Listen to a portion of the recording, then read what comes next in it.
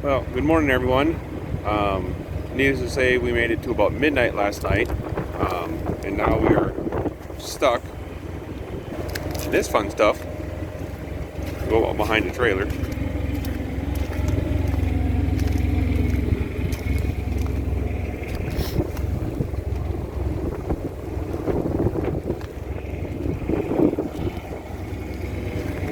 Oh, like I said, we came through. We were hitting high 50 gusts, so we finally decided to stop. The truck has been getting rocked all night long, and it doesn't look like it's going to let up anytime soon. That up there, you can't see. Truck trailer. That up there is where we're supposed to be heading, which you can't even see. So again, I think it's going to be kind of a long day just sitting here waiting for this storm to pass. We got a couple trucks here